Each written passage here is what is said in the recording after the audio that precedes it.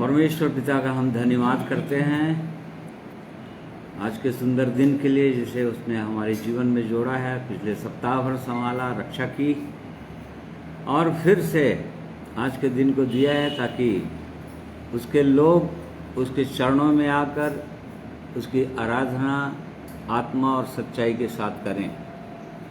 और इसलिए परमेश्वर ने फिर से हमारे जीवन में एक नया दिन दिया है।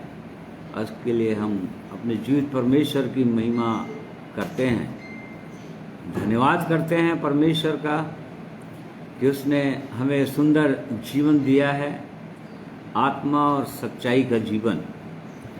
क्योंकि बिना आत्मा और सच्चाई के कोई परमेश्वर की आराधना नहीं कर सकता। और क्योंकि परमेश्वर स्वयं आत्मा है, उसने कहा यदि आराधना करना है तो आत्मा और सच्चाई के साथ करें। और इसलिए आज के दिन में हम सब अपने आप को परमेश्वर के चरणों में लाएं और अपनी दृष्टि परमेश्वर की ओर लगाएं, जानते हुए कि परमेश्वर सर्वशक्तिमान परमेश्वर है, स्वर्ग में निवास करने वाले परमेश्वर हैं और हम इस पृथ्वी पर मात्र मनुष्य हैं, मिट्टी सरीखे मनुष्य, जिसको उसने अपने हाथों में लिया है और अपने लिए लगातार वो बना रहे हैं। और इसलिए आज के दिन में प्रिय भाइयों और बहनों, जितने आप मेरे साथ जुड़ते हैं, आप सबों को मैं प्रभु यीशु के पवित्र नाम में नमस्कार कहता हूँ, जय मसीह कहता हूँ। परमेश्वर हम में से हर एक की आज के दिन में सहायता अगुवाई करें। आइए एक वचन को हम पढ़ेंगे आज के दिन के लिए, जिसका पहला भाग हमने देखा था एक सप्ताह पहले, यूहन्ना 3 अध्याय और उसका 16 पद।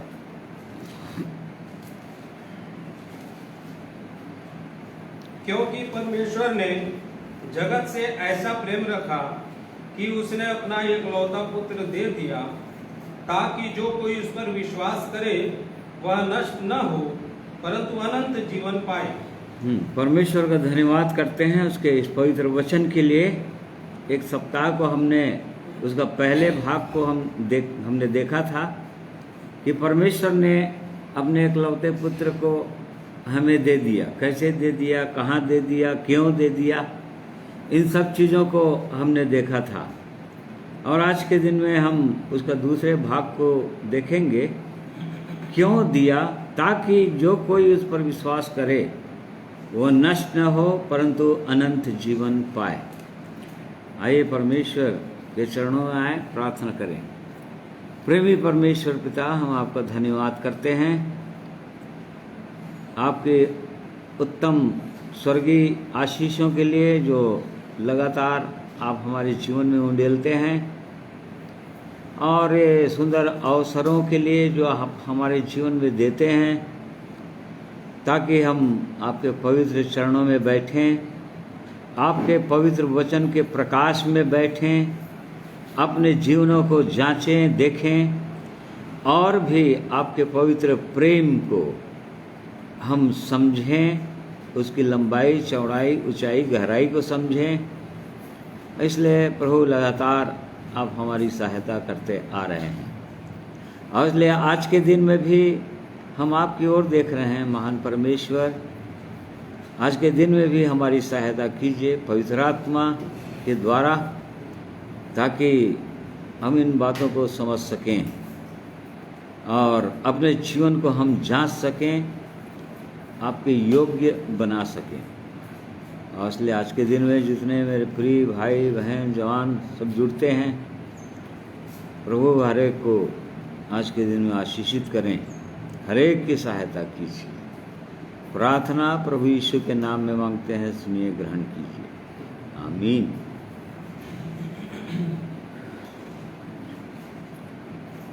आइए परमेश्वर की महिमा के में हम कुछ गीतों को गाएंगे।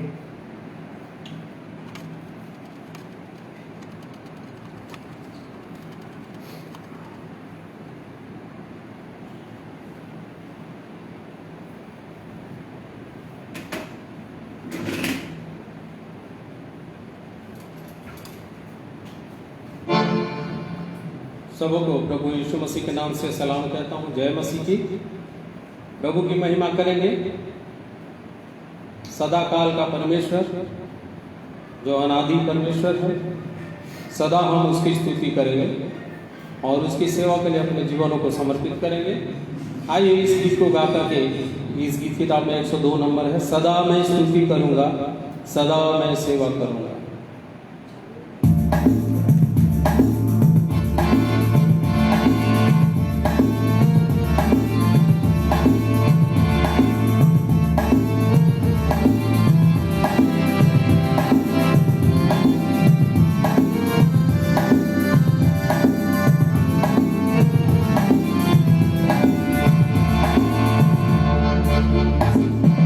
सदा मैं स्तुति करूँगा, सदा मैं सेवा करूँगा, मुझे बचाया यीशु ने, सदा मैं स्तुति करूँगा, सदा मैं स्तुति करूँगा, सदा मैं सेवा करूँगा, मुझे बचाया करूँगा। मुझे बचाने आया जब मैं गुनाहों में था, मुझे बचाने आया जब मैं गुनाहों में था। स्वर्ग को छोड़कर जगत में आया मुझे बचाने को, स्वर्ग को छोड़कर जगत में आया मुझे बचाने को। सदा मैं स्तुति करूँगा, सदा मैं सेवा करूँगा, मुझे बचाया यीशु ने, सदा मैं स्तुति करूँगा। जब मैं निराशा में था, तूने मुझे आशा दी। जब मैं निराशा में था, तूने मुझे आशा दी। जगत में आया जीवन को दिया पवित्र प्रेम यीशु, जगत में आया जीवन को दिया पवित्र प्रेम यीशु। सदा मैं स्तुति करूँगा, सदा मैं सेवा करूँगा, मुझे बचाया यीशु ने, सदा मैं स्तुति करूँगा। प्रेमी प्रभु यीशु, बचाया तूने मुझे, प्रेमी प्रभु यीशु, बचाया तूने मुझे। देता हूँ मैं सारा जीवन संपूर्ण आनंद से, देता हूँ मैं सारा जीवन संपूर्ण आनंद से। सदा मैं स्तुति करूँगा, सदा मैं सेवा करूँगा, मुझे बचाया यीशु ने, सदा मैं स्तुति करूँगा। आराधी परमेश्वर, सच्चाई और जीवन तू, आराधी परमेश्वर, सच्चाई और जीवन तू। तुझी प्रशंसा करता रहूँगा तेरे आने समय तक, तुझी प्रशंसा करता रहूँगा तेरे आने समय तक। सदा मैं स्तुति करूँगा, सदा मैं सेवा करूँगा, मुझे बचाया यीशु ने, करूँगा। वैसे ही प्रभु की महिमा में हम आगे बढ़ेंगे और प्रभु की महिमा के लिए गीत नंबर 1 को भी गाएंगे। ओ यीशु मसीह का नाम एक अद्भुत नाम है, जिस नाम में हमें मुक्ति मिलती है, रोगों से चंगाई मिलती है, सामर्थ्य मिलता है।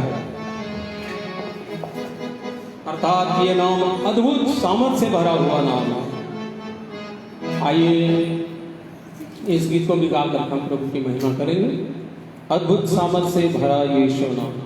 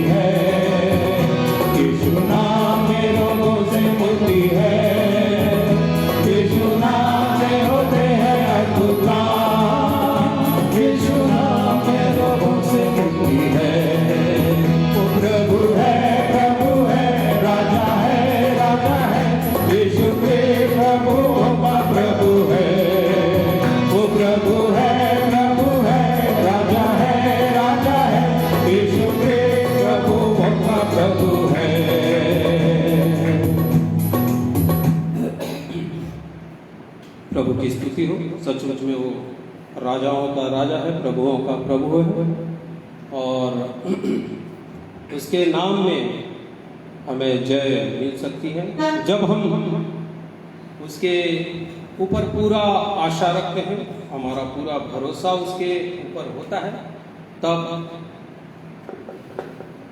हमें हर एक बातें जो उसकी ओर से हमारे लिए ठहराई गई हैं हम प्राप्त कर सकते हैं। परमेश्वर की महिमा हो, स्तुति हो। और मेरे प्रिय लोगों, मेरे प्रिय भाई और बहनों, जितने अभी सुन रहे हैं और इसके बाद भी सुनते हैं, उस पर यदि आप भरोसा रखते हैं, उसको अपने सुख का मूल यदि जानते हैं, तो आपके हर एक मनोरथ को वो प्रभु यीशु पूरा करते हैं। बस इतना चाहता है परमेश्वर प्रभु यीशु मसीह कि हम यहोवा के सामने धीरज के साथ चुपचाप रह करके उसके धर्म और न्याय की बाट जो है, और वो हमारे जीवन में उस उजियाले को, अपने उजियाले को प्रकट करेगा। आइए प्रभु की महिमा में भजन संहिता उसका 37 अध्याय में से एक गीत को प्रभु की महिमा के लिए मैं गाऊंगा।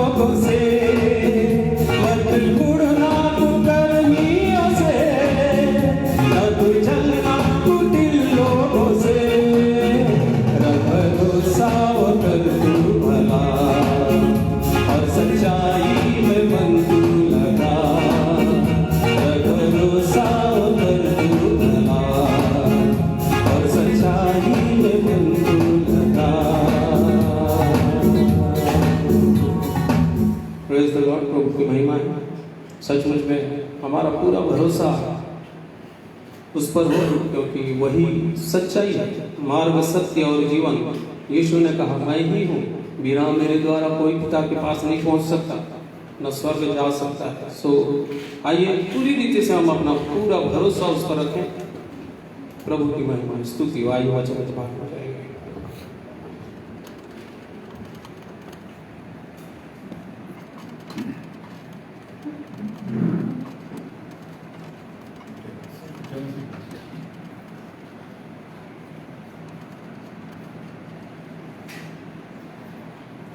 परमेश्वर का धन्यवाद करते हैं उसके पवित्र वचनों के लिए, उसकी अद्भुत शिक्षाओं के लिए, खरी खरी शिक्षाओं के लिए, जिनके द्वारा वो परमेश्वर अपने लोगों के लिए बस यही चाहता है कि हर समय उसके लोग आनंदित रहें, खुश रहें, और परमेश्वर की इच्छा में जो भी बातें हैं, जो भी आशीषें परमेश्वर ने रखा है उनके लिए, उन सबों को प्राप्त करें। और इसलिए निश्चित रूप से ये आवश्यक है कि उसका वचन सत्य है, और जब एक व्यक्ति उसके वचन पर ध्यान लगाता है और वचन के द्वारा उसकी क्या शिक्षाएं हैं परमेश्वर की, उन पर जब चित्त लगाने लग जाता है, ध्यान करने लग जाता है, तभी उस जीवित परमेश्वर के उत्तम उन आशीषों को, उसके आनंद और शांति को, अनंत जीवन को प्राप्त कर सकते हैं, अन्यथा नहीं। इसलिए हम धन्यवाद करते हैं अपने जीवित परमेश्वर का, उसकी भली मनसा के लिए, उसकी उत्तम कल्पनाओं के लिए, जो अपने लोगों के लिए वो रखता है। इसलिए उत्तम उत्तम बातों को उसने रखा है हमारे लिए। और आज के दिन में हम देखेंगे कि उसने जो अपना प्रेम प्रकट किया है मनुष्य जाति से, अपने इकलौते पुत्र को दे दिया है, क्रूस पर बलिदान कर दिया है 2000 साल पहले से, ताकि जो लोग उस पर विश्वास करें वो अनंत नाश न हो, परंतु अनंत जीवन पाए। यहाँ पर अनंत जीवन की बात है, और ये एकदम हल्का नहीं है कि हम अनंत जीवन ऐसे ही पा लें। हम विश्वास कर लिए, हमने विश्वास कर लिया प्रभु यीशु पर, अब हम नाश नहीं होंगे परंतु अनंत जीवन पालेंगे। या और दूसरे जगह जैसे कहा रोमियो 6:23 में कि पाप की मजदूरी तो मृत्यु है, परंतु परमेश्वर का वरदान प्रभु यीशु मसीह में अनंत जीवन है। तो आज इसको लोग बहुत ही हल्के में भी लेते हैं कि हम यदि विश्वास कर लिए तो हमारे पास अनंत जीवन आ गया है, या अनंत जीवन हमको मिल गया। परंतु जब परमेश्वर के वचन में हम देखते हैं, उसके कई वचनों में, बहुत सारे जगहों में अनंत जीवन के विषय में हम परमेश्वर के वचन में पाते हैं। नए नियम के अंदर, खासकर नए नियम के अंदर बहुत जगह, तो उन अलग कई जगहों में अनंत जीवन कैसे मिलेगा एक व्यक्ति को, वो और बहुत डिटेल में हम समझ सकते हैं इसको। कोई एक वचन को पकड़कर हमको कभी भी सिद्धांत नहीं बनाना चाहिए, या अपने आप को हम निश्चिंत नहीं हो जाना चाहिए कि हाँ हमने इस वचन को पकड़ लिया है और इस वचन के अनुसार हमारा जीवन ठीक है। आज बहुत से लोग इसी कारण से धोखा खाते जा रहे हैं। परमेश्वर की इच्छा है कि लोग सचमुच में उसको जाने, अनंत जीवन। प्रभु यीशु ने यूहन्ना 17 उसका 3 पद में समझाया कि अनंत जीवन है क्या चीज, क्या है। और अनंत जीवन ही वह है कि वह तुझे एकमात्र सच्चे परमेश्वर को और यीशु मसीह को जिसे तूने भेजा है जाने। हाँ देखिए, अनंत जीवन प्रभु यीशु है, और इसको एक दिन में कोई व्यक्ति नहीं जान सकता प्रभु यीशु को। बस मात्र विश्वास कर लिया प्रभु यीशु पर और तब फिर वो अनंत जीवन वो पा गया, ऐसा नहीं है। क्योंकि अनंत जीवन स्वयं प्रभु यीशु है। उस जीवित परमेश्वर को जाने और प्रभु यीशु को जाने जिसको परमेश्वर ने भेजा है। तो कैसे करके जानेगा एक व्यक्ति? जब तक उसके संग रहने का अनुभव नहीं होगा, उसके साथ साथ चलने का अनुभव नहीं होगा। एक दिन में कोई व्यक्ति किसी को नहीं जानता है। थोड़ी देर बैठ गए, थोड़ी देर बातचीत कर लिए, तो क्या उसका पूरा जीवन को जान सकते हैं, समझ सकते हैं? नहीं समझ सकता, कोई भी व्यक्ति नहीं समझ सकता। तो इसी कारण से प्रभु यीशु ने अपने चेलों को इसलिए बुलाया था, इसलिए चुना था। मरकुस 4 अध्याय में हम पढ़ते हैं, वो स्वयं पहाड़ पर चढ़ गया और तब जिनको वो चाहता था उनको अपने पास बुलाया। क्यों बुलाया? ताकि, हाँ पढ़िए उसको, 13 पद है क्या? फिर उसने कहा दृष्टांत। हाँ, फिर उसने उनसे कहा, क्या तुम यह दृष्टांत नहीं समझते? तो फिर और सब दृष्टांतों को कैसे? नहीं, वो नहीं। कौन सा पद है? ऊपर चढ़ गया, पहाड़ पर चढ़ गया, अपने चेलों को बुलाया, उसके साथ साथ रहें। देखिए, वो पहाड़ पर चढ़ गया प्रभु यीशु और अपने चेलों को, जिनको वो चाहता था, उनको बुलाया। वो कि काहे के लिए बुलाया? ताकि प्रभु यीशु के साथ साथ रहें। जब तक एक व्यक्ति प्रभु यीशु के साथ साथ नहीं रहने का अनुभव को प्राप्त करेगा। हाँ, 3 का 13 पढ़िए। फिर वह पहाड़ पर चढ़ गया और जिन्हें वह चाहता था उन्हें अपने पास बुलाया और वे उसके पास आए।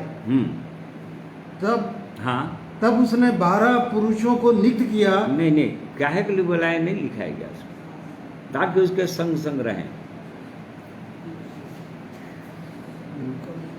साथ रहे 14 में लिखा है ना। हाँ। तब उसने 12 पुरुषों को नियुक्त किया कि वे उसके साथ साथ रहें। हाँ देखिए, वो प्रभु यीशु ऐसे नहीं बुलाया हो कि एक दिन में तुम आ जाओ मेरे पास, तुमको मैं स्वर्ग ले जाऊंगा। नहीं, उसके साथ साथ रहें। हम जानते हैं उसका एक चेला जो है यहूदा इस्करियोती, वो भी अंत तक उसके साथ साथ चला, 3.5 साल तक।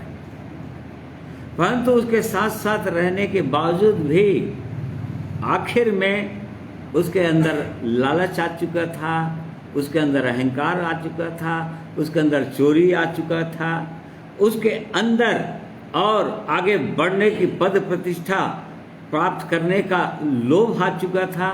देखिए, उसके साथ साथ रहने से ये प्रभु यीशु को समझ में आ गया था और उसको भी समझ में आ गया, और अंत में वो प्रभु यीशु के साथ नहीं जा सका, उस अनंत जीवन को भागीदार नहीं बन सका।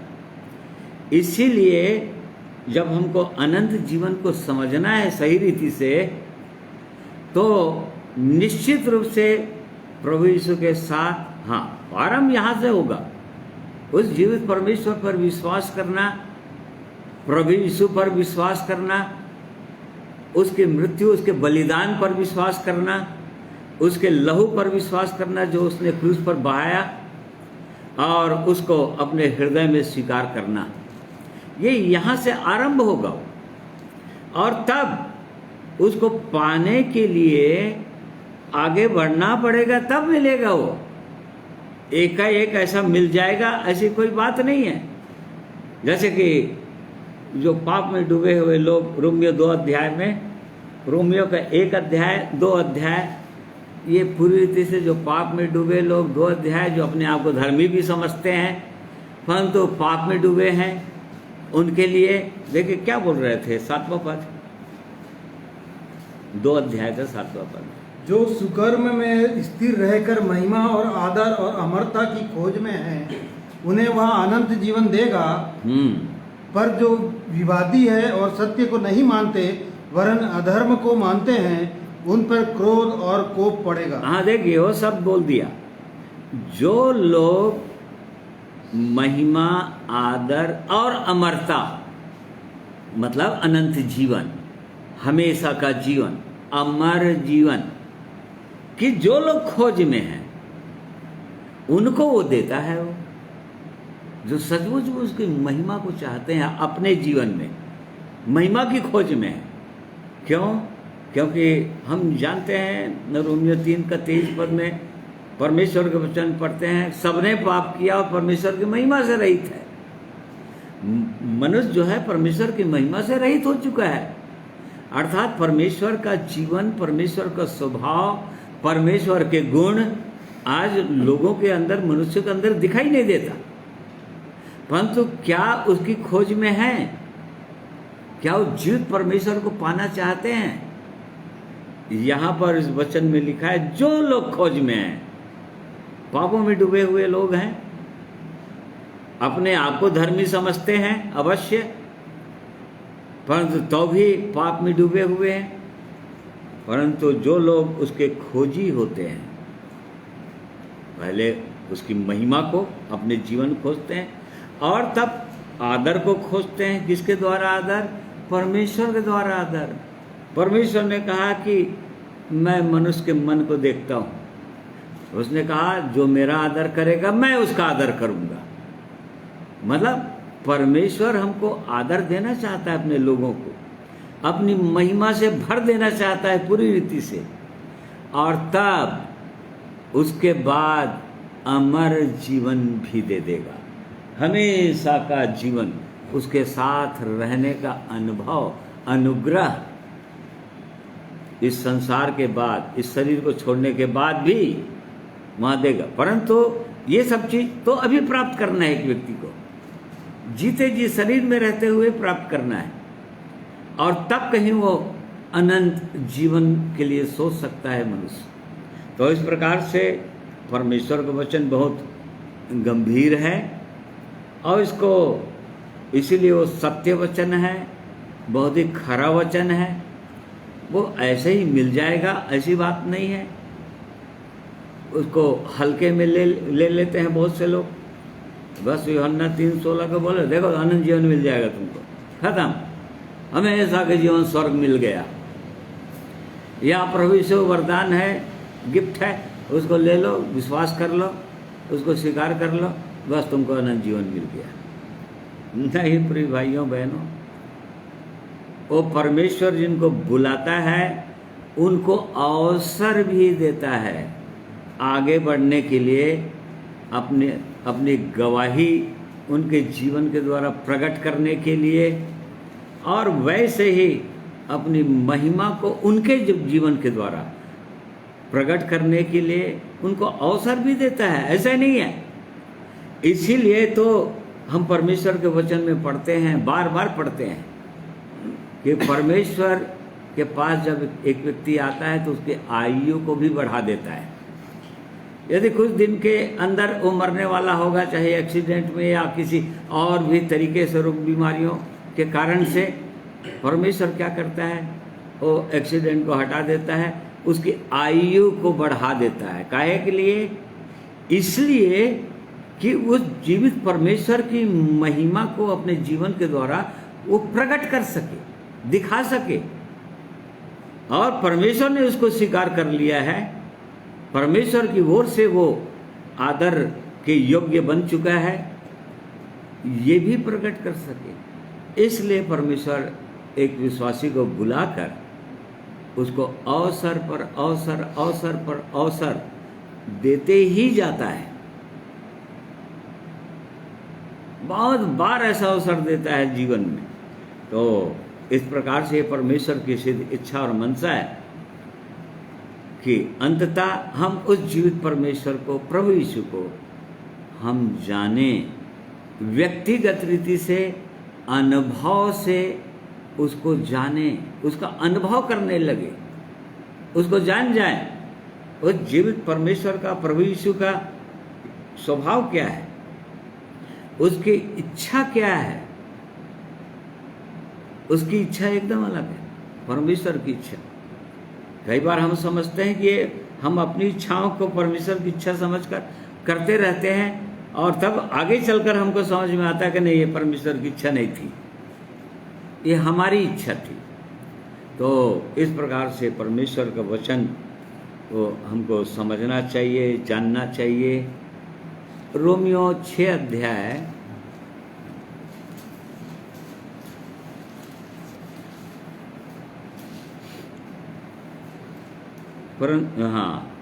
उसका 20 पद से पढ़िए। जब तुम पाप के दास थे तो धर्म की ओर से स्वतंत्र थे, अतः जिन बातों से अब तुम लज्जित होते हो उनसे उस समय तुम क्या फल पाते थे, क्योंकि उनका अंत तो मृत्यु है। हाँ, जब एक मनुष्य जो है जन्म से पाप का दास है। पाप का दास मतलब उसके जीवन से पाप होगा ही, वो पाप का गुलाम है। ना चाहते हुए, रोमियो 7 के अंदर हम देखते हैं, ना चाहते हुए भी उसको पाप करना पड़ता है, ना चाहते हुए मजबूर है, क्योंकि गुलाम है, पाप का दास है। शैतान, पाप करने वाला जो शैतान है और उसका दास है मनुष्य। तो यहाँ पर ये लिखा है कि तुमको क्या फल मिला इस संसार में? कुछ फल नहीं मिला, मृत्यु मिला। पाप के कारण से एक व्यक्ति को मृत्यु मिला, हमेशा के लिए परमेश्वर से अलगाव। और आगे, परंतु अब पाप से स्वतंत्र होकर और परमेश्वर के दास बनकर तुमको फल मिला, जिससे पवित्रता प्राप्त होती है और उसका अंत अनंत जीवन है। हाँ, देखिए यहाँ पर क्रम दिए है ना, कैसे अनंत जीवन मिलेगा। ऐसे ही अनंत जीवन नहीं मिल जाता है। परंतु अब पाप से स्वतंत्र होकर, देखिए पाप से स्वतंत्र करना चाहता है, पहली बात तो ये। इसीलिए सत्य वचन पर पूरा पूरा विश्वास, बहुत गंभीरता के साथ उसका मनन और उसके अनुसार अपने आप का जांच, ये जरूरी है। क्योंकि जब तक एक व्यक्ति, प्रभु यीशु ने कहा तुम सत्य को जानोगे और सत्य तुमको स्वतंत्र करेगा, पापों से आज़ाद कर देगा।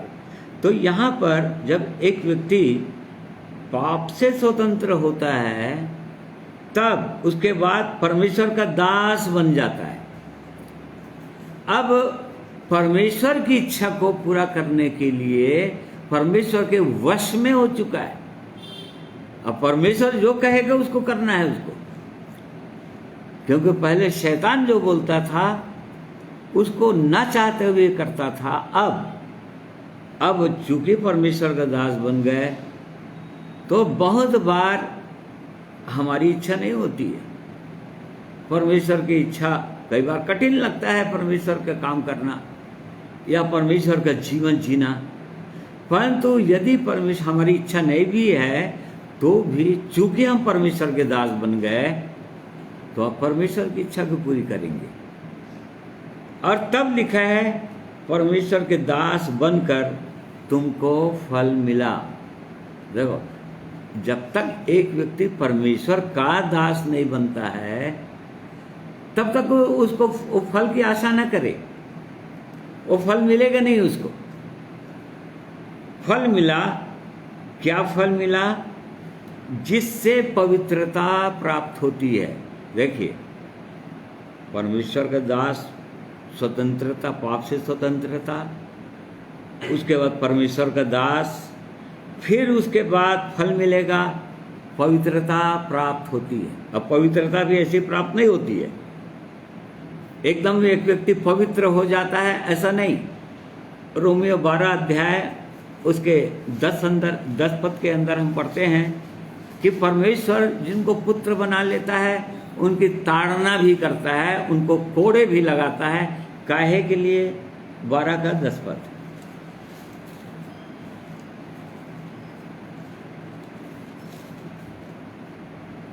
वे तो अपनी अपनी समझ के अनुसार थोड़े दिनों के लिए ताड़ना करते थे, पर वह तो हमारे लाभ के लिए करता है कि हम भी उसकी पवित्रता के भागी हो जाएं। देखिए,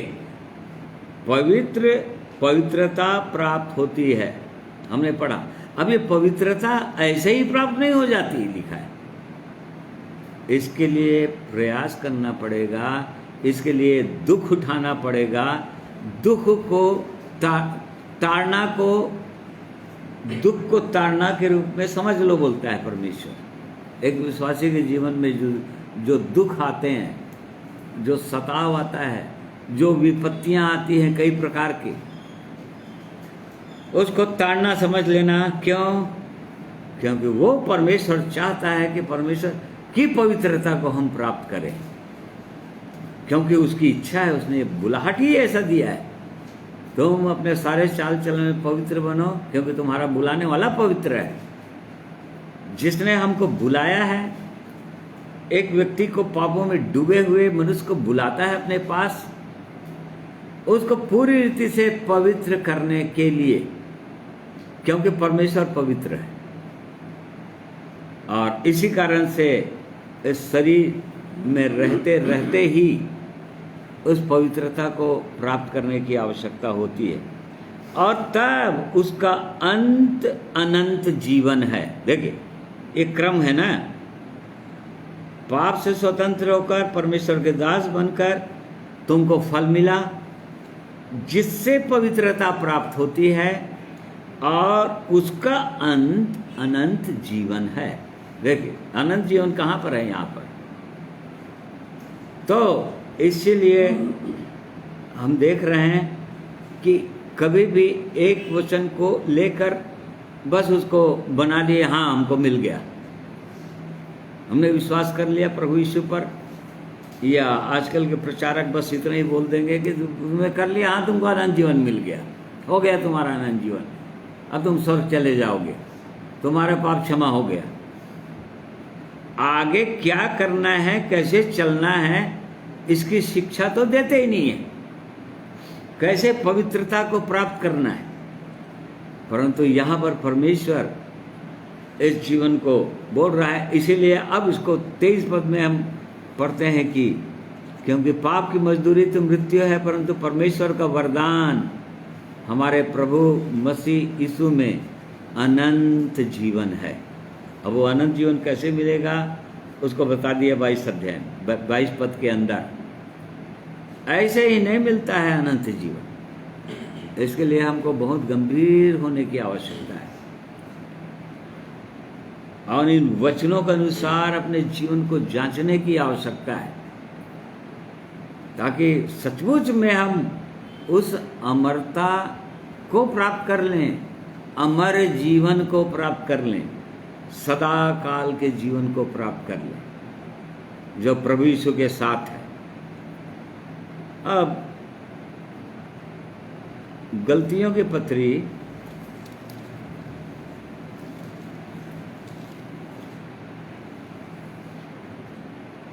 6वां अध्याय उसका देखिए 7 और 8 पद पढ़िए बोले।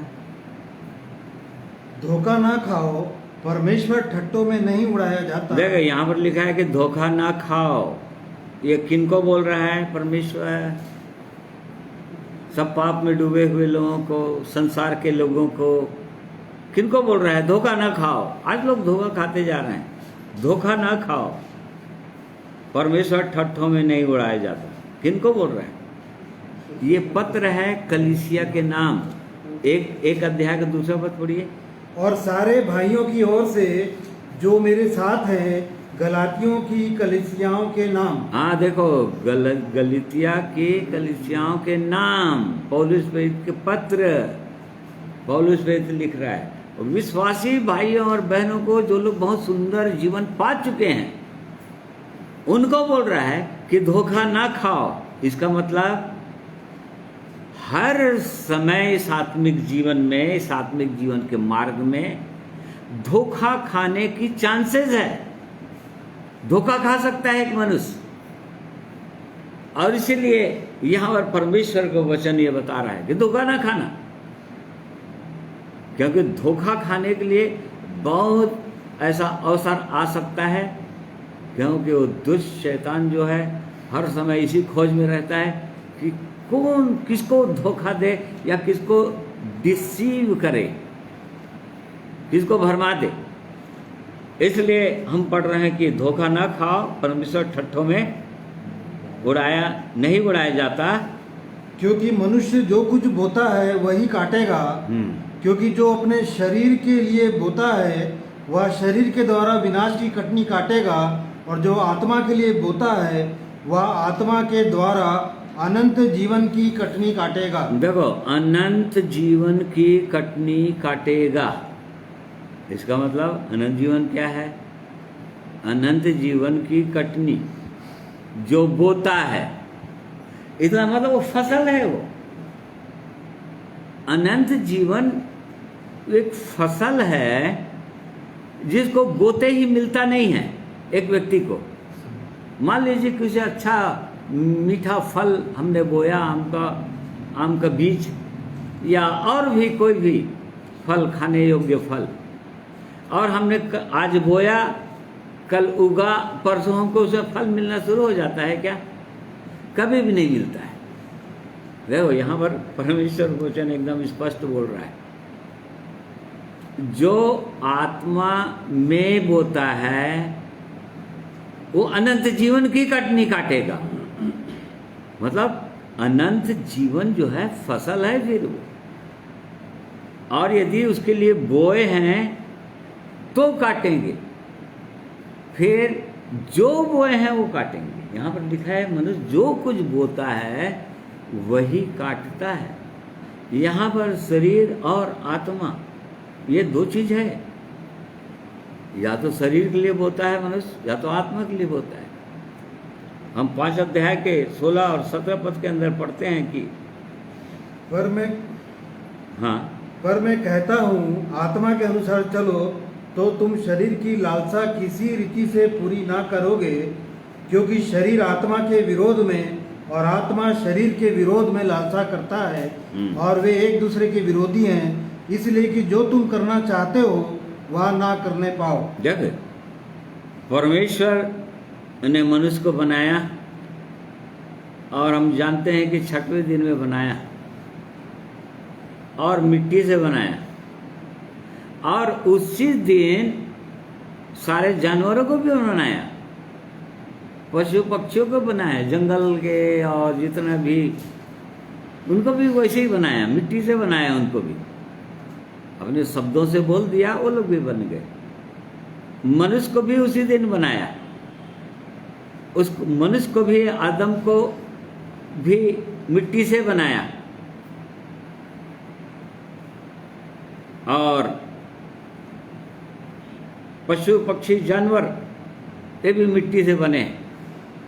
और इसी कारण से दोनों ऐसे, दोनों का जो इंटरनल ऑर्गन्स हैं वो लगभग सेम है। उनके भी पाँव होते हैं, उनकी भी आँखें होती है, उनके भी मुंह होता है, उनके भी कान होते हैं, उनको भी पैर होते हैं। सब देखिए, सब कुछ लगभग उनमें होता है। हर चीज़ नहीं होता है, एकदम समान नहीं होते, परंतु होते हैं। परंतु जब मरते हैं दोनों, चाहे मनुष्य मरे चाहे जानवर मरे, मान लीजिए एक गड्ढे में गाड़ दिए और 8-10 साल के बाद फिर खोदे, तो वहाँ पर कोई पता लगा सकता है कि ये किसका, ये है, ये जानवर का है या कौन सा मिट्टी किसका है? नहीं, सेम। बस परमेश्वर ने मनुष्य को एक अंतर बनाया। क्या अंतर किया? उत्पत्ति 2 अध्याय उसका 7वां पद। तब यहोवा परमेश्वर ने आदम को भूमि की मिट्टी से रचा और उसके नथनों में जीवन का श्वास फूंक दिया और आदम जीवित प्राणी बन गया। ये अंतर किया परमेश्वर ने, उसके नथनों में मनुष्य के जीवन का सांस फूंक दिया, अर्थात वो अपना जीवन मनुष्य को दे दिया, आदम को आत्मा बनाया, उसको अपना स्वरूप दिया उसको, और इस कारण से उसके अंदर वो जीवन आ गए, वो जीवित प्राणी बन गए, लिखा है। और इसी कारण से आज शरीर और आत्मा दोनों में विरोध होता है। क्यों? क्योंकि शरीर मिट्टी से बना हुआ है। इसी कारण से ये शरीर जो है मिट्टी की ओर झुकाव है, इसका नीचे की ओर झुकाव, पृथ्वी की ओर झुकाव होता है हर समय।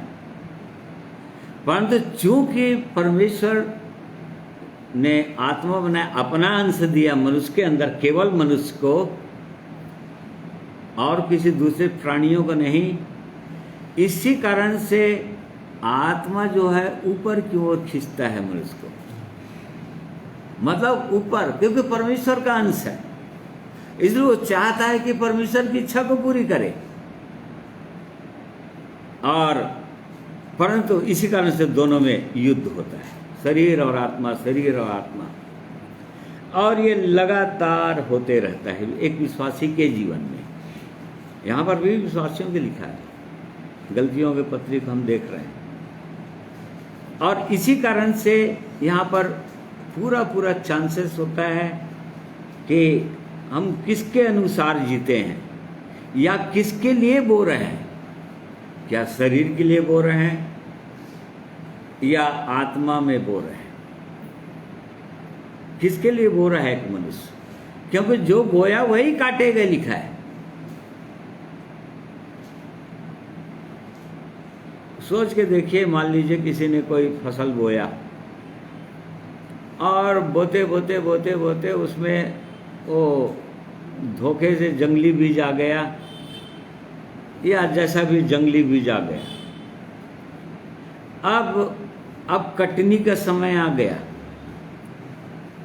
अब कटनी के समय में मान लीजिए एक विश्वासी बहुत प्रार्थना करता है, परमेश्वर फसल बहुत सुंदर फसल हो जाए, एकदम बहुत अच्छा फसल हो, तो क्या अच्छा फसल हो जाएगा? नहीं होगा, क्योंकि जो बोया है वही काटेगा, उसने जो बोया है वही काटेगा। ये परमेश्वर का नियम है, लॉ है, ये परमेश्वर का लॉ है मनुष्य के लिए। मनुष्य जो कुछ बोता है वही काटेगा। हाँ, ये देखना है कि उस शरीर के लिए बोए हैं या आत्मा के लिए बोए हैं।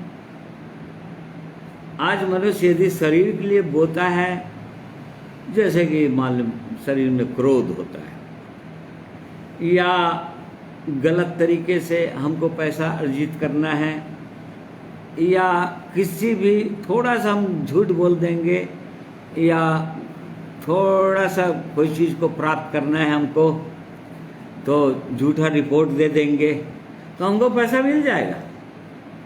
परंतु हमने बोया किसके लिए? शरीर के लिए बोया, और शरीर के लिए बोया तो फिर कटनी क्या काटने वाले हैं? अनंत विनाश। अनंत विनाश की कटनी काटेगा बोल रहे हैं। ऐसे ही हर एक चीज़ों के लीजिए हमारे जीवन में बहुत बार हमारे दिनचर्या के अंदर प्रतिदिन बहुत अवसर आते हैं हमारे जीवन में, चुनाव आता है हमारे जीवन में कि हम किसकी इच्छा पूरी करें। अपने शरीर की इच्छा पूरी करें, जैसे कि गलतियों 5 के 19 पद से आगे लिखे है, शरीर की लालसा क्या है, शरीर के काम क्या है, शरीर के अंदर क्या क्या इच्छाएं प्रकट होती है। उसके अंदर लालच उत्पन्न होता है, उसके अंदर चोरी उत्पन्न होता है, उसके अंदर अभिलाषाएं उत्पन्न होती है, नहीं इस काम को मैं कर लेता हूं तो मेरे लिए भला हो जाएगा। वहीं पर आत्मा हर समय, यदि परमेश्वर का आत्मा है किसी के अंदर तो, या परमेश्वर के साथ मनुष्य का संबंध हो चुका हो तो, क्यों? क्योंकि पाप के कारण से आदम का संबंध परमेश्वर से टूट चुका था और उसके बाद वो परमेश्वर की उपस्थिति से हट गया था। बिल्कुल वैसे ही मनुष्य के जीवन है। पापों के कारण मनुष्य का संबंध परमेश्वर से टूटा हुआ है, परमेश्वर से अलग है। और अब हर समय शरीर जो है, आज मनुष्य शरीर पर मन क्यों लगाता है?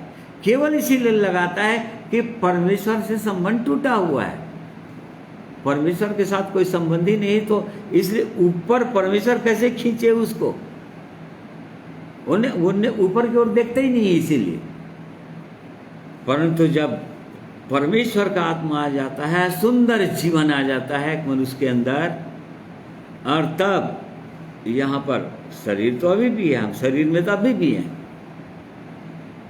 हाँ, परमेश्वर के जीवन को हमने प्राप्त कर लिया, परंतु ये शरीर तो अभी भी हमको, क्योंकि मिट्टी से बना हुआ है, इसलिए संसार की अभिलाषाओं की ओर हर समय खींचने का प्रयास ही करता है।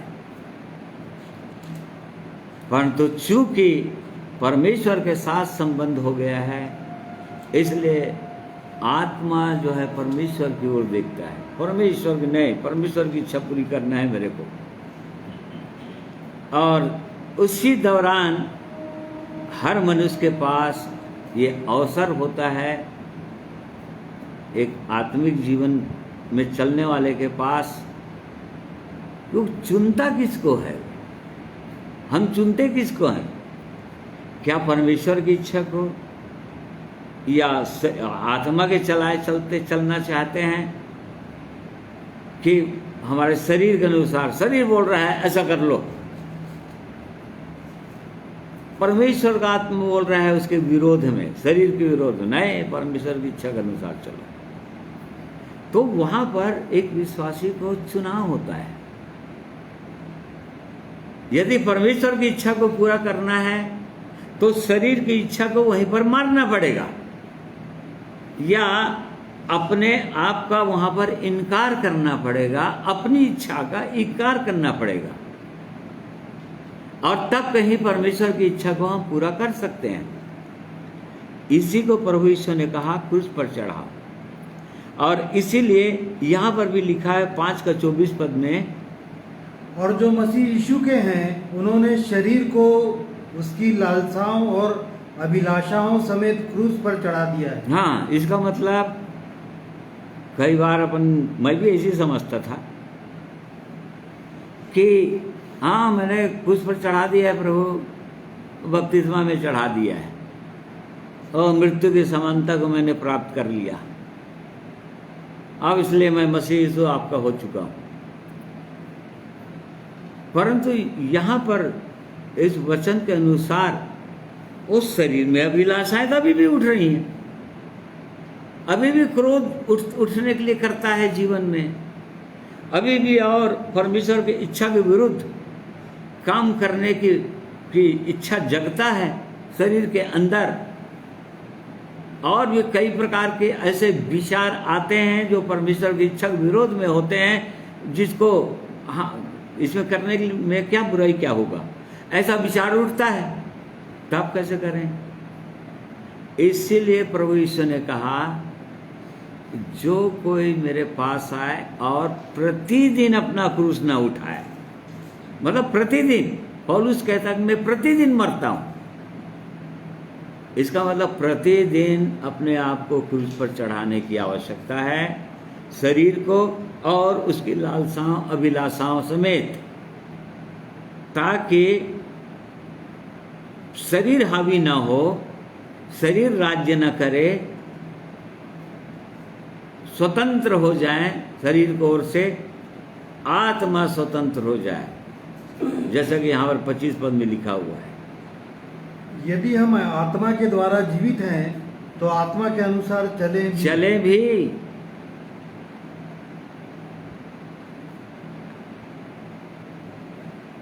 हम कहते अवश्य हैं कि परमेश्वर ने मुझको जिला दिया, अपनी आत्मा के द्वारा मुझको जिला दिया, परंतु यहाँ पर चलने का कितना अनुभव है? यहाँ पर लिखा है कि यदि आत्मा के अनुसार जिलाए गए तो आत्मा के अनुसार चले भी, क्योंकि जरूरी है। रोमियो 8:14 में हम पढ़ते हैं, जो आत्मा के अनुसार चलते हैं वही परमेश्वर के संतान होंगे, वही लोग परमेश्वर के पुत्र पुत्रियां कहलाएंगे। जो शरीर के अनुसार चलते हैं वो तो नाश हो जाएंगे। तो यहाँ पर प्रिय भाइयों और बहनों, हमको जांचना ही चाहिए कि हम बोते किसके लिए हैं। क्या शरीर में बो रहे हैं या आत्मा में बो रहे हैं? और तभी अनंत जीवन की कटनी काट पाएंगे हमेशा के लिए। परमेश्वर हर एक को बुलाता है, अवसर देता है। इसलिए तुरंत, जैसे कि हम देख रहे थे, तुरंत यदि मृत्यु होने वाला भी था तो उसको हटा देता है परमेश्वर, ताकि वो चाहता है कि उसके गवाह बन जाए हम, उसकी गवाही दे, लोगों के सामने उसकी महिमा, उसकी बड़ाई करें और उस अनंत जीवन को प्राप्त करें। और इसलिए हाँ, इसका मतलब ये बिल्कुल नहीं है कि इसमें कई लोगों के अंदर प्रश्न उठ सकता है, या कि यदि उद्धार पा गए और उसके बाद कहीं मृत्यु हो गई, या जैसे डाकू, उसके तो मृत्यु हो गई तुरंत, एक डाकू की, प्रभु यीशु के साथ जो क्रूज पर चढ़ाया गया था, तब वो अनंत जीवन प्राप्त किया कि नहीं। ऐसे कंडीशंस में यदि हमने सारा उद्धार का अनुभव को प्राप्त कर लिया, पापों की क्षमा को प्राप्त कर लिया, पवित्र आत्मा के भागीदार हो गए और बाय द वे प्रभु यीशु का आगमन हो गया, तक हमको तो समय नहीं मिला वहां तक, तो निश्चित रूप से अनंत जीवन उसका है, वो उसने पा लिया। परंतु अब आगे जो बचे हुए हैं, जो चल रहे हैं, उनके लिए अवसर है, और वहाँ पर स्वर्ग में प्रतिफल भी कई प्रकार के हैं। इसीलिए अलग अलग प्रतिफल हैं। यूहन्ना और याकूब की माता ने प्रभु यीशु से कहा था, हे प्रभु जी, तो अपने राज्य में आए तब मेरे दोनों बेटों को अपने दाहिने और बाएं बिठा लेना। मतलब एकदम बहुत सुंदर जगह होना चाहिए उनका, तेरे आगे और पीछे रहना चाहिए। इसका मतलब कोई लोग ऐसे बैठेंगे, कोई दूर में बैठेंगे, कोई बहुत दूर में बैठेंगे, इतना दूर में रहेंगे कि प्रभु यीशु दिखाई ही नहीं देगा उनको, वहां दूर रहेंगे स्वर्ग में। देख ली, अलग अलग प्रतिफल, सब अलग अलग। और इसलिए हम सबों को जांचने की आवश्यकता है। परमेश्वर हर एक को अवसर देता है जांचने के लिए।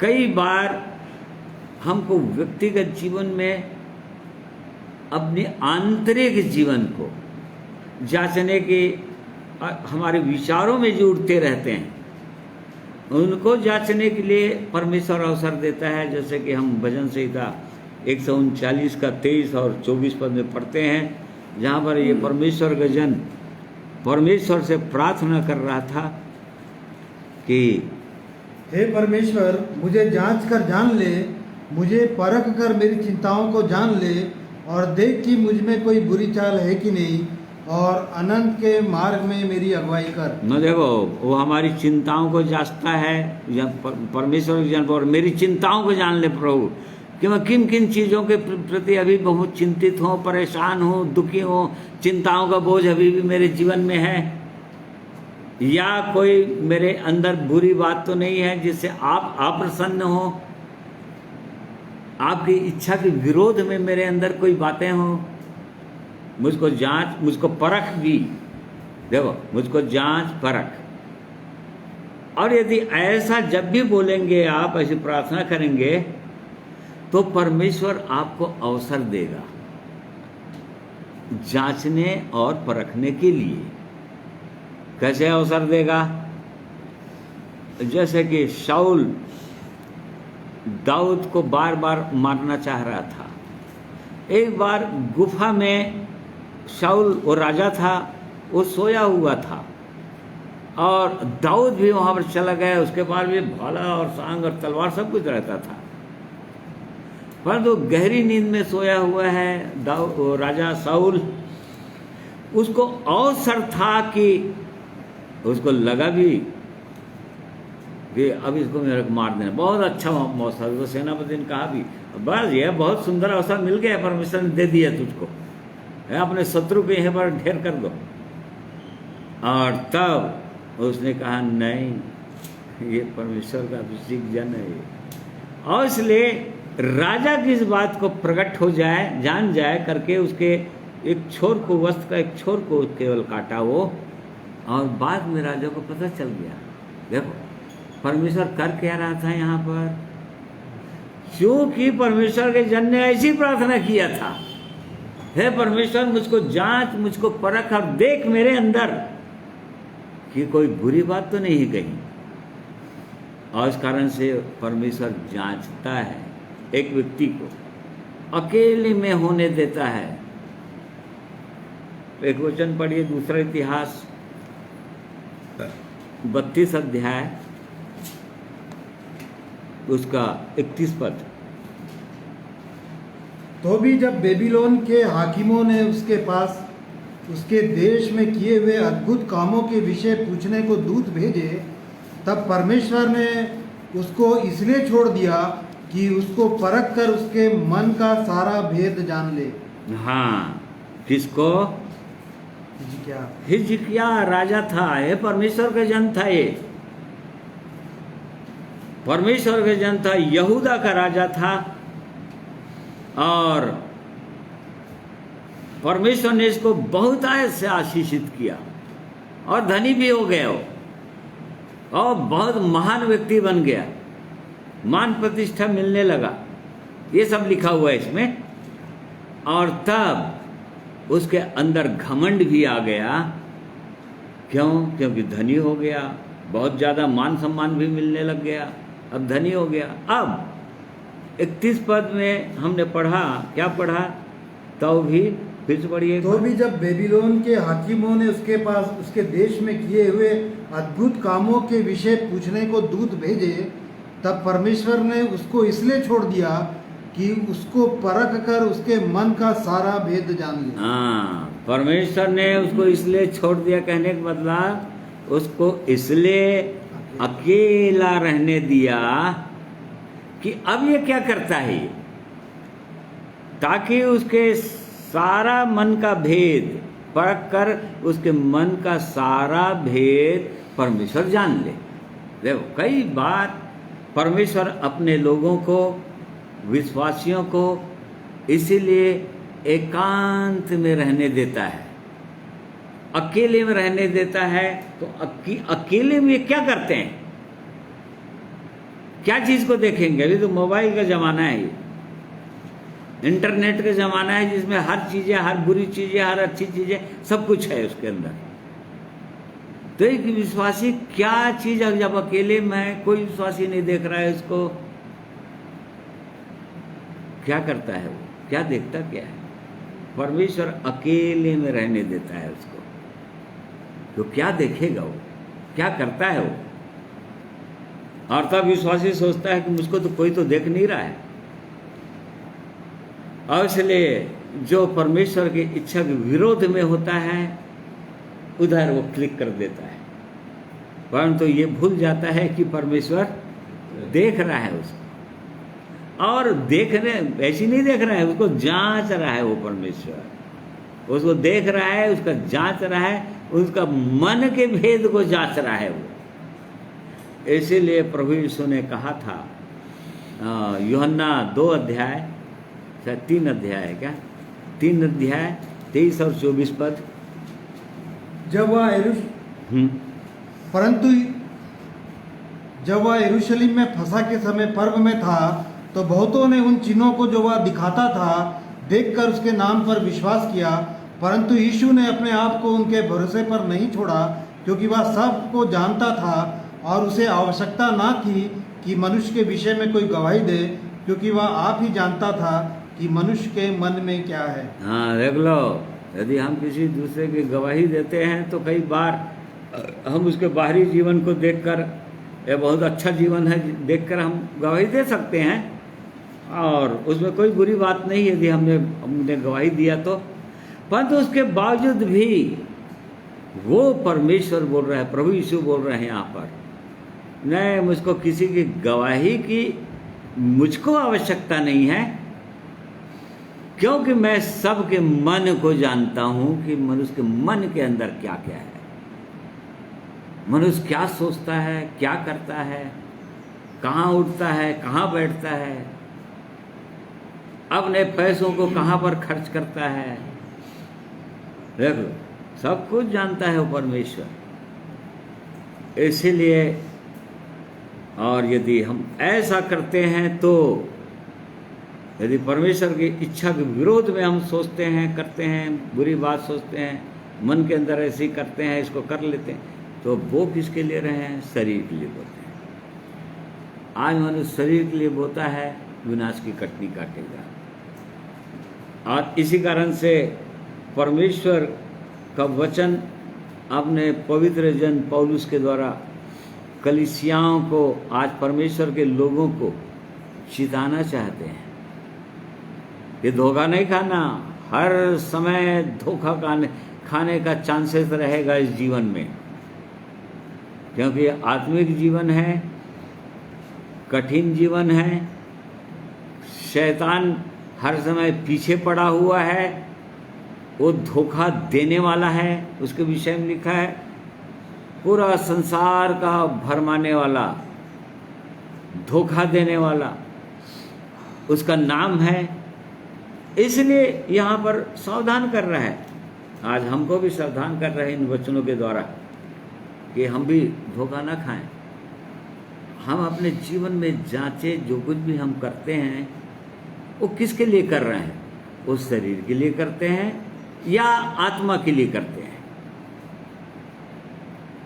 क्योंकि जो हम बोएंगे वही काटने वाले हैं। इसलिए परमेश्वर इन वचनों के द्वारा हमें से हर एक की सहायता, अगुवाई करें कि हम अपने जीवनों को जांचें, देखें और ऊपर की ओर जाएं हमेशा। क्योंकि हम वचन में पढ़ते हैं जीवन का मार्ग किधर है? ऊपर की ओर। ऊपर की ओर है। बुद्धिमान के लिए, हाँ, बुद्धिमान के लिए जीवन का मार्ग ऊपर की ओर है, ताकि नीचे अधोलोक में जाने से बच जाए।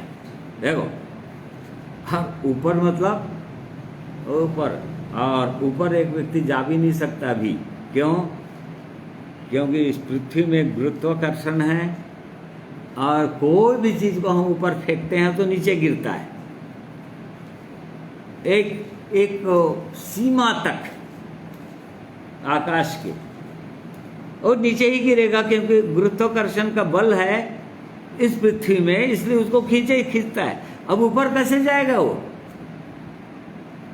परंतु बुद्धिमान का मार्ग ऊपर है। ऊपर है मतलब वैसे जा ही नहीं सकता वो, जब तक परमेश्वर उसकी सहायता न करे, जब तक पवित्र आत्मा उसकी सहायता न करे, पवित्र आत्मा उसको न ले जाए। क्योंकि पवित्र आत्मा ही उसको ऊपर ले जाता है, और ऊपर ऊपर ऊपर। इसीलिए तो बिना पवित्र आत्मा के 5 मूर्ख कुंवारियां जो है प्रभु यीशु के साथ जा नहीं सकी, और वैसे ही होने वाला भी है। इसलिए परमेश्वर इन वचनों के द्वारा हम में से हर एक की सहायता, अगुवाई करें। परमेश्वर हर एक को आशीषित करें आज के दिन में। आइए एक गीत सुनेंगे परमेश्वर की महिमा के लिए।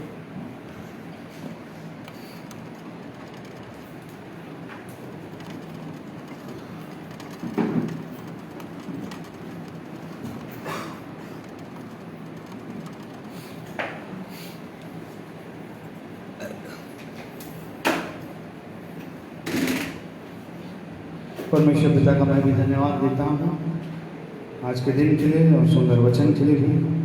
सचमुच में परमेश्वर ने हमसे अपने वचन के द्वारा बात किया है कि हम यदि उस अनंत जीवन के भागीदार होना चाहते हैं तो अपने जीवन को और भी बहुत गंभीरता के साथ जांचें और परमेश्वर की पवित्रता को मांगें, जिसके लिए हम बुलाए गए हैं। पहला थिस्सलुनीके 4 के 3 पद में लिखा है, परमेश्वर की इच्छा यह है कि हम पवित्र बने। इसलिए सचमुच में बहुत गंभीरता के साथ अपने जीवन को जांचें। और गीत के द्वारा मैं परमेश्वर पिता की महिमा करना चाहता हूँ। सुंदर गीत है, इसके बोल है, मसीहा खून से अपने मुझे तो पाक कर पूरा, मेरे मगरूर दिल को तू मसीहा साफ कर पूरा।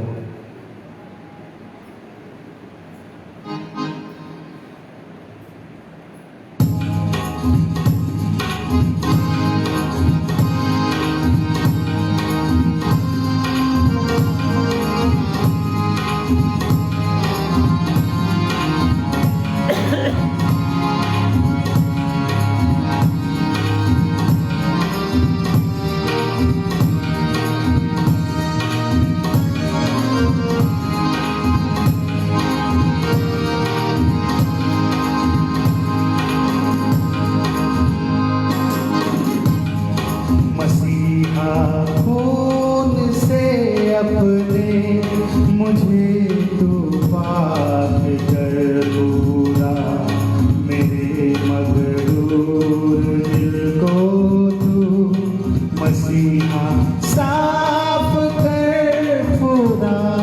मसीहा खून से अपने मुझे तू पाक कर पूरा, मेरे मगरूर दिल को तू मसीहा साफ कर पूरा। मसीहा खून से अपने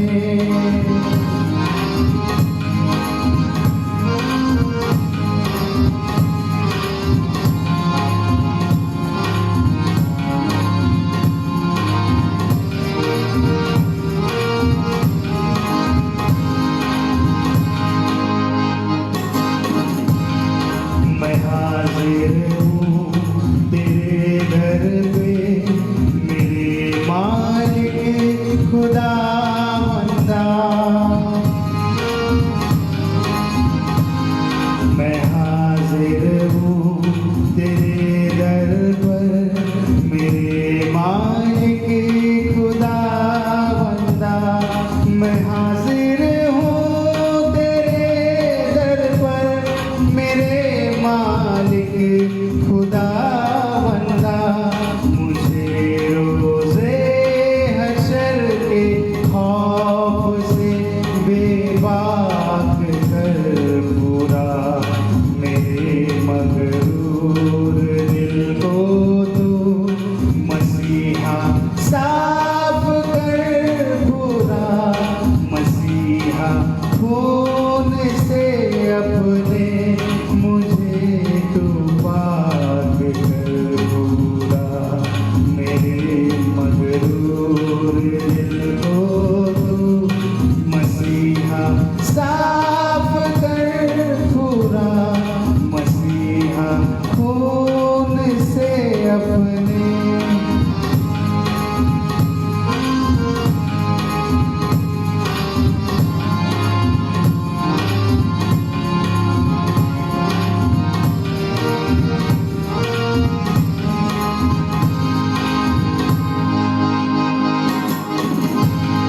मुझे तौफीक दे ऐसी कि दिल दुनिया से नाफिर हो।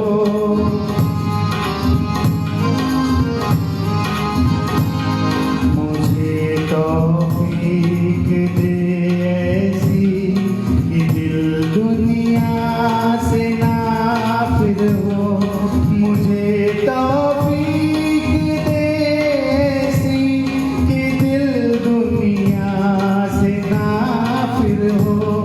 मेरा दिल है खुदा बंदा, तू ही अपना कर पूरा, मेरे मगरूर दिल को तू मसीहा साफ कर पूरा।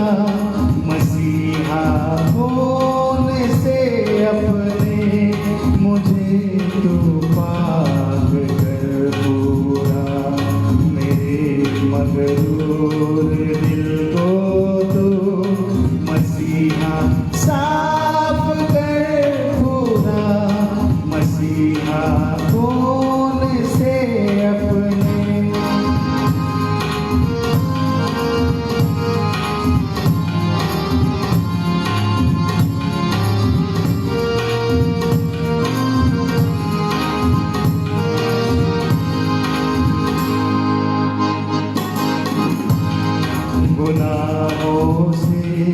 करूं नफरत दिलो जान से मेरे मुंजी,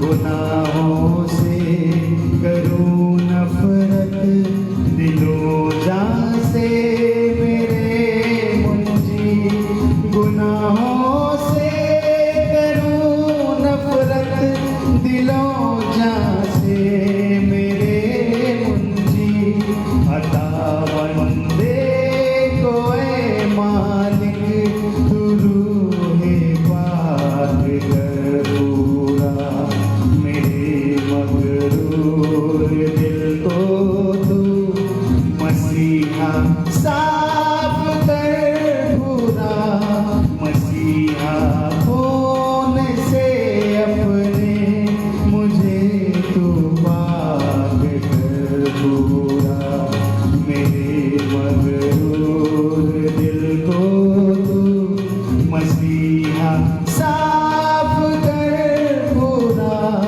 मसीहा खून से अपने मुझे तू पाक कर पूरा, मेरे मगरूर दिल को तू मसीहा साफ कर पूरा।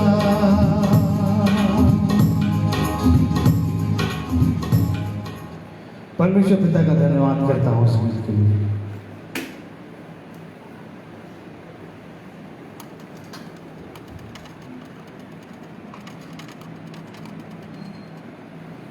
सुंदर महिमा के गीत के लिए धन्यवाद करते हैं परमेश्वर का। और परमेश्वर की यही इच्छा है कि हम उसकी दृष्टि में हर समय साफ और पाक रहें। इसीलिए वचन लिखा है, पवित्रता के खोजी हो, जिसके बिना कोई कदापि उस परमेश्वर को देख नहीं पाएगा। और इसलिए प्रिय भाइयों और बहनों, परमेश्वर का पवित्र वचन हमारे पास है। प्रभु यीशु का लहू को उसने हमारे लिए उपलब्ध कर दिया है। क्रूस पर उसको बलिदान करके, उसके लहू को बहाकर, और पवित्र आत्मा का छाप हमारे जीवन में लगा दिया है, पवित्र आत्मा का भागीदार बना दिया है, और इस सुंदर संगति में रखा है। और इसलिए परमेश्वर ने सुंदर वातावरण हमारे जीवन में दिया है। ये उत्तम वरदान है परमेश्वर के। इसलिए उसकी इच्छा है कि इन वरदानों के रहते, इन वरदानों का हम इस्तेमाल करते हुए हम लगातार परमेश्वर की योग्य बनते चले जाएं। ये परमेश्वर की सिद्ध इच्छा मनसा है हम सबों के लिए। इसलिए परमेश्वर का धन्यवाद करते हैं उसके पवित्र वचन के लिए। आइए प्रार्थना करेंगे। प्रेमी परमेश्वर पिता, हम आपका धन्यवाद करते हैं आपके उत्तम विचारों के लिए जो आप अपने लोगों के लिए रखते हैं। धन्य आशा आपने हमें दिया कि प्रभु अभी तो हम आपका अनुभव कर सकते हैं आत्मा में, परंतु हमारे पास धन्य आशा ये है कि हम सदा सर्वदा आपके साथ रहेंगे, आपको देखेंगे भी, जैसा आप हैं वैसा देखेंगे, और आपके समान बन जाएंगे पूरी रीति से। क्या बहुमूल्य, क्या आशा दिया है प्रभु आपने। और इसलिए महान परमेश्वर, हम धन्यवाद करते हैं इन वरदानों के लिए जो आपने हमारे जीवन में बरसाए हैं। हमने से हर एक की सहायता कीजिए प्रभु, कि आपने जो हम पर बड़ा अनुग्रह किया है अपने जीवन से व्यर्थ होने न दें, परंतु उस अनुग्रह के कारण से और भी आपके स्वभाव को लगातार हम प्राप्त कर सकें। और इसलिए आज के वचन के लिए धन्यवाद करते हैं। बोलने में आपने मेरी सहायता किया, मैं धन्यवाद करता हूँ। वैसे ही मेरे प्रिय भाइयों और बहनों की आपने सहायता किया है कि आपके पवित्र वचन को उन्होंने सुना है ऑनलाइन फेसबुक में जुड़कर, और भी आशीषित कीजिए प्रभु, और जितने लोग इसके बाद भी सुनते हैं हर एक लोग आशीषित हों। ये प्रार्थना प्रभु यीशु के नाम में मांगते हैं, सुनिए, ग्रहण कीजिए। आमीन। प्रिय भाई और बहनों, मैं आप सबों का धन्यवाद करता हूँ। आप लोग बड़ी धीरज के साथ परमेश्वर के वचन को सुनने के लिए अपने बहुमूल्य अवसर को, समय को आपने निकाला, और लगातार आप इन वचनों को सुनने के लिए तत्पर रहते हैं, लालसा करते हैं। परमेश्वर आप सबों को बहुतायत से आशीषित करें और भी आत्मिक जीवन में और उठाएं। इसलिए आप सबों को मैं जय मसीह कहता हूँ। परमेश्वर आप सबको आत्मिक जीवन में और ऊपर उठाएं।